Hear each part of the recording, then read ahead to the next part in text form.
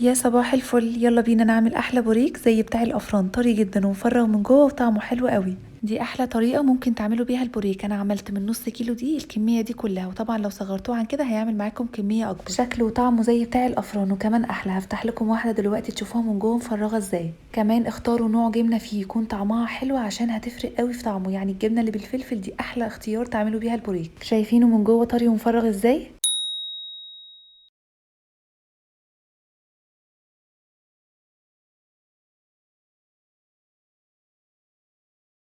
اول حاجه عندي نص كيلو من الدقيق، يعني 3 كوبايات من كوبايات الشاي.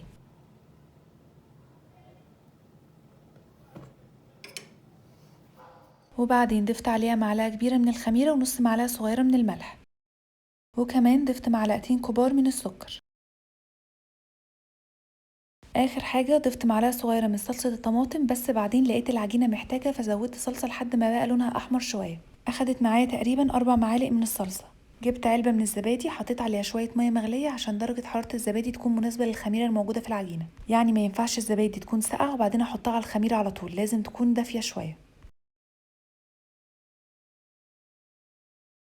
هكمل عجن بمية دافية لحد ما العجينة تلم معايا.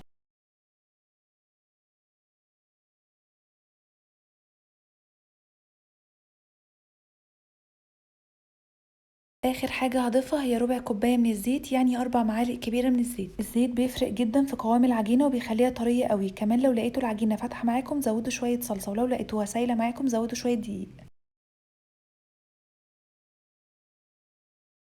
دلوقتي بقى هغطي العجينة واسيبها تخمر ساعة.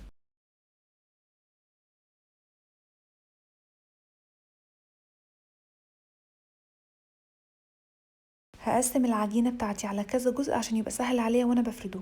انا جبت الجزء ده وبدأت ان انا افرد العجينة بسمك يعني تقريبا رقيق شوية. وبعدين جبت القطاعة المدورة دي وهبدأ ان انا اقسم العجينة لدواير.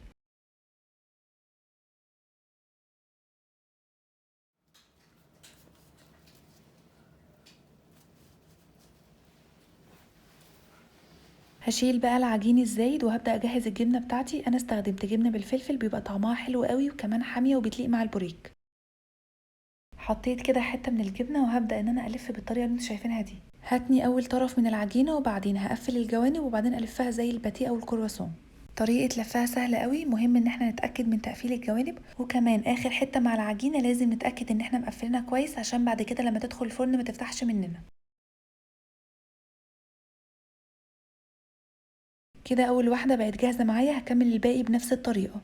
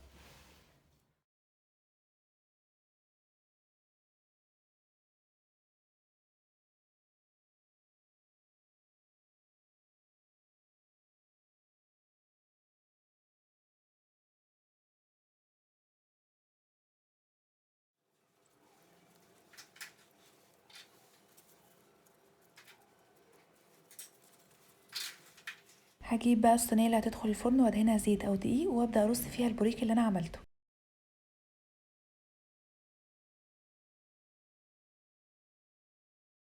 وهدهن الوش بتاع البوريك بصفار بيضة وشوية لبن ورشة من الفانيليا.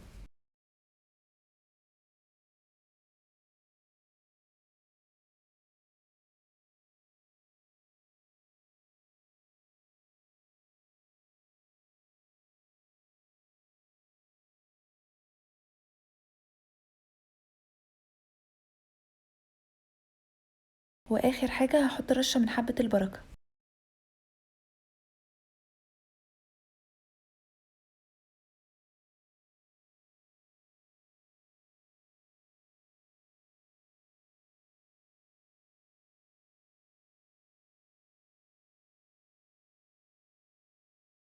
كده البوريك بتاعي بقى جاهز. هدخله فرن ساخن مسبقا على درجة حرارة 200 رف وسط لحد ما يتحمر من تحت ومن فوق. هتسيبوه لحد ما ياخد لون من فوق من غير شوايه.